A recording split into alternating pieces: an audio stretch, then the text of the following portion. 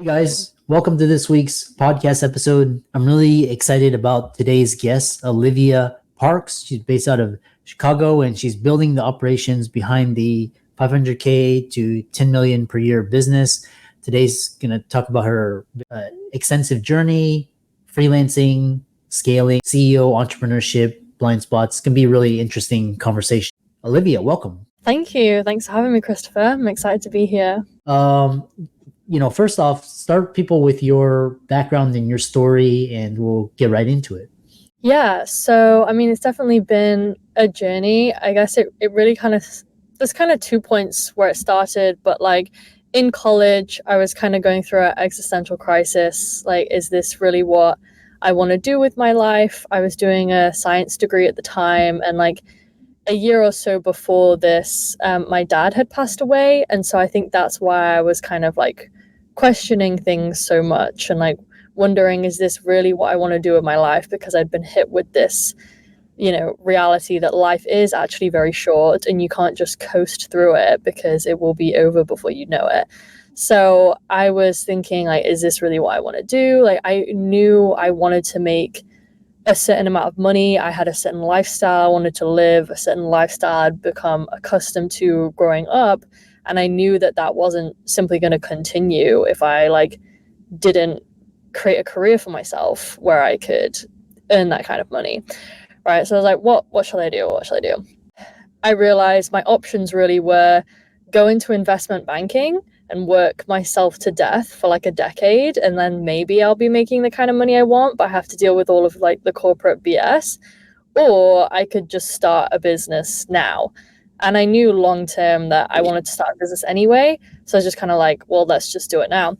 So I started a few businesses while I was in college. I started an e-commerce business, which was a massive fail. I started a YouTube automation business, which I just didn't understand. I just thought it was going to happen like way quicker than it actually did, basically, so that was like a learning lesson of like the realities of business. And then I started a Facebook ads agency, and I was not good at sales. I was pretty introverted, but I bought this course like telling me how to get clients, and they said do cold calling. So I would be like so nervous, trying to like psych myself up all day before I would make these cold calls to these randomers while I was just like a student in uni.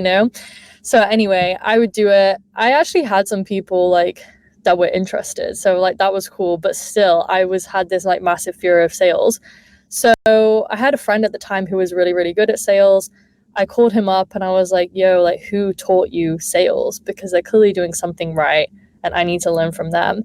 And it turned out to be this guy who lived out in San Diego, and he had been a sales rep for over a decade, selling high ticket packages and like consulting pretty big sales teams and like some well-known people just like in industries. And he had now decided to turn his skill set into a business and start a sales training and recruiting company. So I was like, oh, cool. And he had just started a course and he was running it live. So I joined that, and then I paid him to do some one-on-one coaching, like using money from my student loan. And then I ended up getting good at sales. And then he asked me if I wanted to work with him and like do sales for him. So I was still in uni. I still finished my degree and I got my degree. So I would do uni in the night and then work for him in the evening because of the time zones. It actually worked out. And then I was working with him, like doing sales and stuff. And then I kind of realized like he wasn't good at anything that came after the sale. Like he was a classic sales guy or visionary in business, really. And so he just wanted to do like the big conversations, talking to people, but anything like operations system related, he just didn't have the brain for it. And so there was a big mess going on.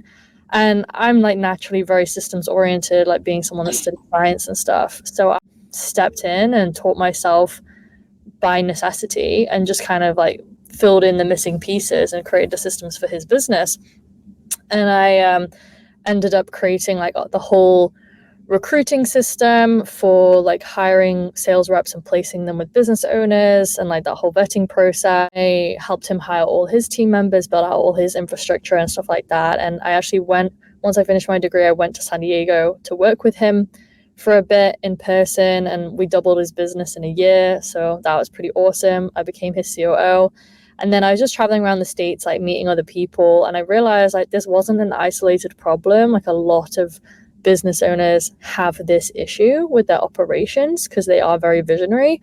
And I was like, oh, wow. So then I decided I wanted to start my own business because I decided like my relationship with that original guy, I didn't really align with him anymore. I didn't align with his values. I kind of lost respect for him as a business owner. So I was like, I want to do my own thing. So I did. And I got my visa and I moved to Chicago. And now that's what I'm doing. I'm helping other companies with their operations. Yeah, quite interesting. And we'll get into like some of the nitty gritty questions, but you talk about one thing is you used Upwork, which is quite really interesting to sign 5-figure clients for your service-based business. It's interesting that people are using these platforms in different ways. Yeah, I mean, so I was always taught kind of like Facebook, Instagram, client acquisition, right? So when I was working with that guy, like we got all the clients through like Facebook, Instagram, and networks, right? And I had built up quite a good personal brand for myself during this time as well, because like I always knew the value of a personal brand. But then over a year ago now, probably like almost 2 years, 18 months ago, my Instagram got hacked and like got taken down. And so I lost like all of my leads in there, all this like credibility I'd built up for years. And I was like, damn. And so that was kind of like one contributing factor of me looking in different places. I have rebuilt up my Instagram a little bit. It's not where it was, but still. But really the bottleneck was when I like decided I was going to create this business, the people that I wanted as clients are not just on Instagram all day. They have a presence on Instagram, but they're not really the ones in their inbox because I'm targeting businesses that are doing at least 500K a year upwards to 10 million. You know, that CEO is not really fielding DMs from potential integrators or like operations people, fractional COOs, are they? They've got bigger fish to fry. And so the only way you can really get those people for what I do through social media is if you have a huge brand yourself and they are compelled by that. And I knew I didn't have that. So I started thinking, okay, like, how else can I get in contact with these people? Like, where are they? And some of my friends, like entrepreneur friends, had success on Upwork for like social media management. They were signing like 4,000 a month retainers and stuff. And I thought that was really interesting because I always had this idea in my head of Upwork is just where you go to get like a $10 an hour VA or something. And so I was kind of like, is this really going to work? But when they showed me they had done it for social media management and I started researching like potential jobs for operation stuff, I saw that there was actually a huge demand on there for it.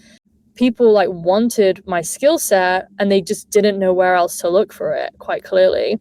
And there's a bunch of skill sets that people are dying for on Upwork that I think most people are missing a big trick. So I started on there and I started out getting 3,000 a month retainers. Now it's 6,000 a month. I've got like some really huge multi 5-figure contracts from there.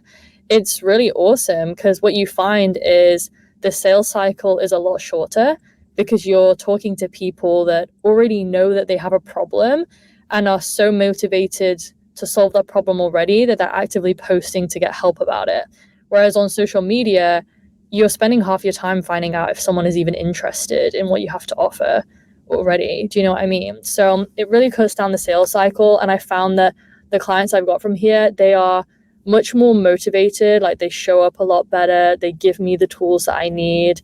They don't have any issues about like payment or whatever. Like there's never any worry that they're going to like disappear on a payment. Like they're real committed business owners. And I think on social media, sometimes you can get people that are half committed.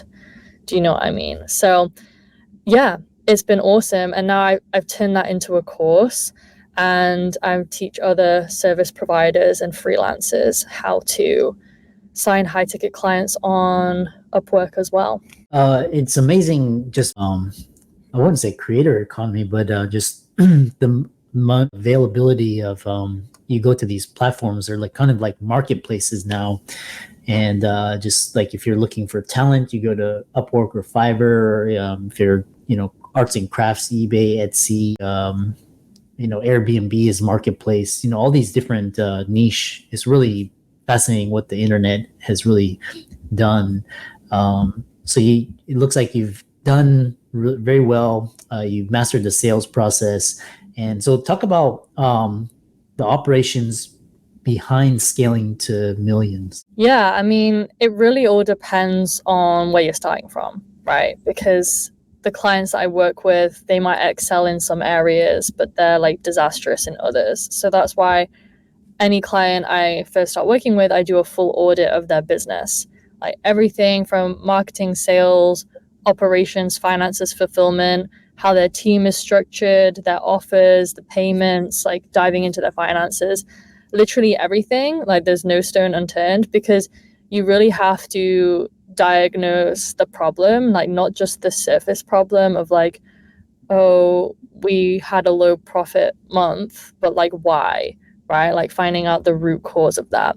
And then from there, it's like it's like I can then see all the missing pieces in their business and then prioritize them. And then we systematically like create projects and systems in order to solve those problems, right? So I think to give you more of a real answer, like what do most businesses like struggle with that I encounter? A lot of people, they simply like have no real structure for managing their team. Like they don't have any KPIs, they don't have SOPs built out and like assigned to these people. Then they don't teach them how to think. Like if some people have SOPs, they kind of rely on them too heavily and then they create robots. And then some people have like no structure at all. So people don't know what they're doing and they're being really inefficient and they are not getting the correct outputs. Like that's a big thing, is like CEOs will hire people expecting them to be as good as them or ideally better. Like whenever I hire someone, I want them to be better at the job than I ever was. And most people think that that's just somehow miraculously going to happen. But it isn't. You have to give this person the right system, the right processes, and then you have to transfer your thinking to them.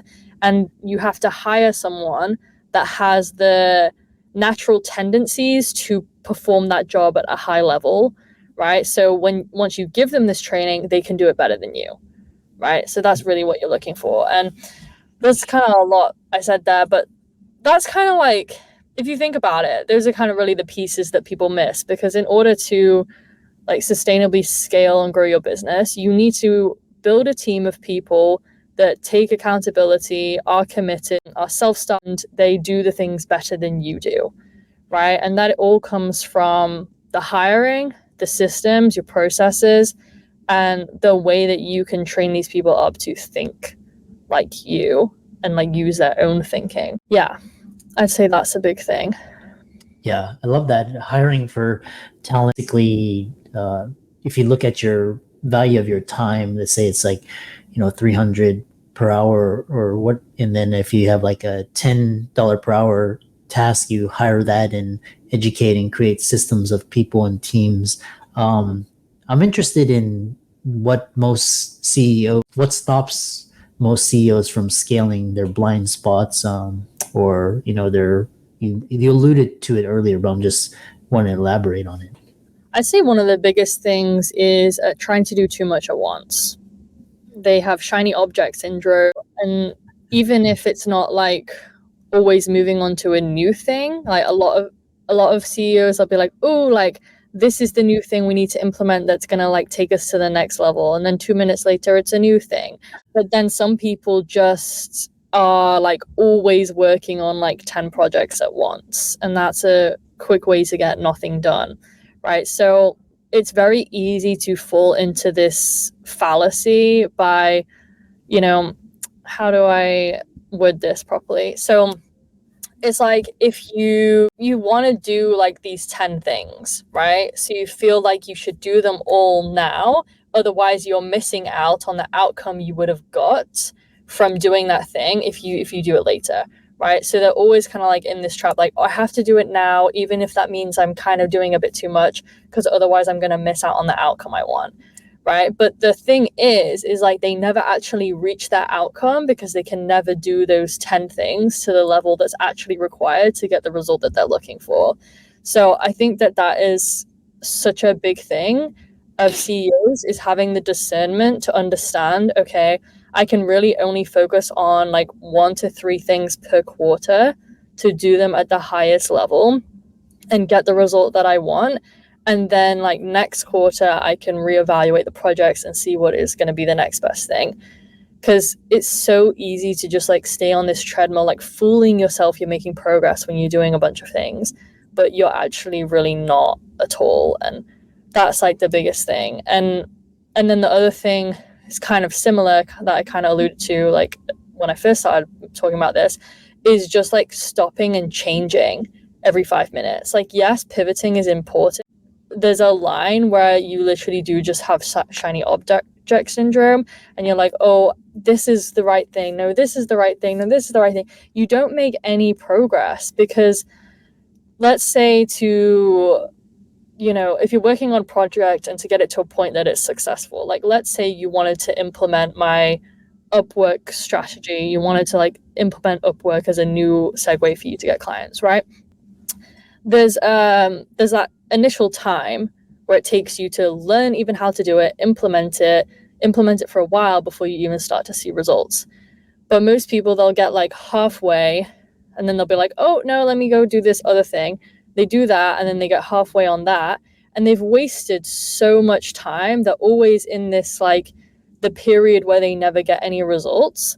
And it's like, if you just actually stuck with something longer and just did that one thing, you would get the results. I think people quit too soon. They think that it's like the wrong thing, but the reality is they just weren't aware of how much time it actually would have taken to get the results. So yeah, I really wish that more business owners just had that discernment and they knew, like, they were able to see themselves from the third person. So if you don't do this already, like, this is an amazing thing to do.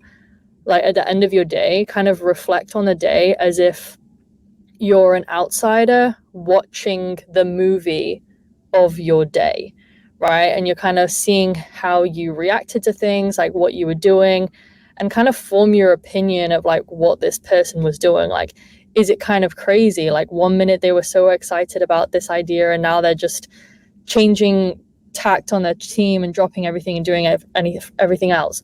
Like, you might start to think, that's a bit weird behavior, and you might decide to like do something different. So it's so important to be able to observe yourself objectively from the third perspective so you can take a different action. But yeah, I'm losing my train of thought here because I'm saying so many things. Yeah, the point is that you've got to have the self-awareness to know when you're actually taking yourself off your focus, when you're actually inadvertently self-sabotaging, because that's really what it is. It's self-sabotage, and it usually comes from like a fear of commitment and like this fear of success. So you're kind of just always in this like trying. It's quite interesting, and you for such a young entrepreneur, you have quite a lot of experience and insight. The other question is, as we kind of come to the end, is building a mindset and in a business where you'll never go broke again, finding mentors and building high income skills, making yourself recession proof. You talked about these high ticket sales. Talk about that. Yeah. So I think when I first started out, I guess a big motivation for me being a business owner all along was I didn't want to be reliant on anyone else for my income. Because I saw growing up, like my mom used to work, and then my dad like started making a ton of money. So he was like, you don't need to work. So she didn't. But then he was really bad with the finances and kind of like spent all of our money. And then she was kind of screwed and they got divorced and whatever. And I saw all of that happen. And I was like, damn, like I never want that to happen to me. Like I never want to be reliant on someone else for my income. I want to know that I can generate my own, no matter the circumstances. And so I was like, okay, how am I going to do this? You really have to pick up high income skills. So no matter what is going on in the economy or the marketplace, there's going to be someone out there that is going to pay you that money. Like, let's say if you're a great sales rep, if the market is, not doing well, like the economy's gone to pieces, if you are a good sales rep, any business owner is going to offer you a chance on their leads, because especially if it's commission only, right? So that in that climate, you can still offer value to people and people will be happy that they're making more money too, and you will still make money. And same with operations. It's like, even if the economy isn't doing well, like people still want to work with me, first of all, because I know I can go into the majority of businesses and find profit that they didn't know about, which is obviously very useful to have when there's an economic downturn, right? And I can help structure their business to be more efficient and help them make more money in these times too. So, and then there's a bunch of other skills as well, like copyright. It's basically all of the services that you would give to like a business, right? So it's B2B services. So those are all recession-proof skills. And if you learn them to a high level and like with certainty you can do these things, so you've got to put in the reps, you've got to really understand it and become an expert at it, then no matter what is going on in the economy, even if you had no money in your bank account tomorrow, if I was completely broke right now, I know I can still go out there, get paid for the things I do, right? So even if let's say you're a business owner, even if you lost your business, you lost your team, you had to rely on your skill set again, you can do that, And so I think that's like, it builds a lot of confidence in yourself and a lot of self-trust. And it also makes you realize that like, okay, you're going to be okay, like no matter what happens. I think there's like a fear from a lot of people have that fear, right? And I think if you have a product-based business, like that's all well and good. But if your whole thing was like, oh, just creating this cool product and then getting like venture capital and stuff like that, if that all goes to pieces, you don't necessarily have that solid skill to fall back on, unless you're being super mindful about it. And maybe your skill is like helping other people get venture capital, right? But I think it's always really important to think, like, when you're going into business, do you have a skill that you could always fall back on? And that's why I think everyone should learn sales first. Because let's say even if I was amazing at operations, but I didn't learn sales first, I don't really know how to get people to pay me money for what I'm good at, So you always need to learn sales first. And when I first got into business, I read a bunch of autobiographies from like super, super successful people. And all of them did sales at some point. All of them, whether they wanted to or not, they somehow ended up doing it. And it was like a big piece in their journey. So that's kind of why I felt so compelled to learn sales. And like, I really recommend it for anyone. I feel like I had something else I wanted to add to that. It's really interesting because marketing and sales, those two, and then innovation, those three. I think it was Drucker who said that. And I love this idea where basically you are not dependent upon anything, and regardless of what's happening in the economy or they shut you down, you still have a way to create. I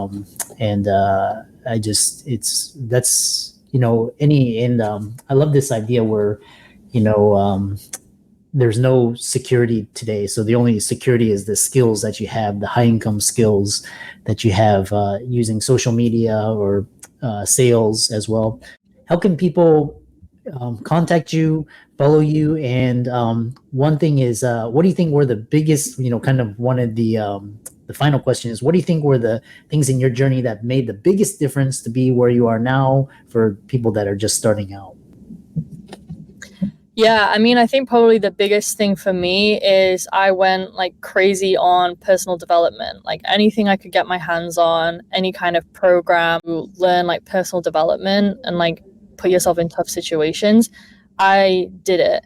So I highly recommend that if you're going to be in business, you take personal development like it's your second job. Ideally, you enjoy it, so it doesn't feel like a thing. Like, I really enjoy personal development, which I think is it's not a nice to have. If you're in business, it's a requirement, in my opinion, because your business will only ever grow as much as you have done personal development, because your barriers will always be where your limitations are in your personal development.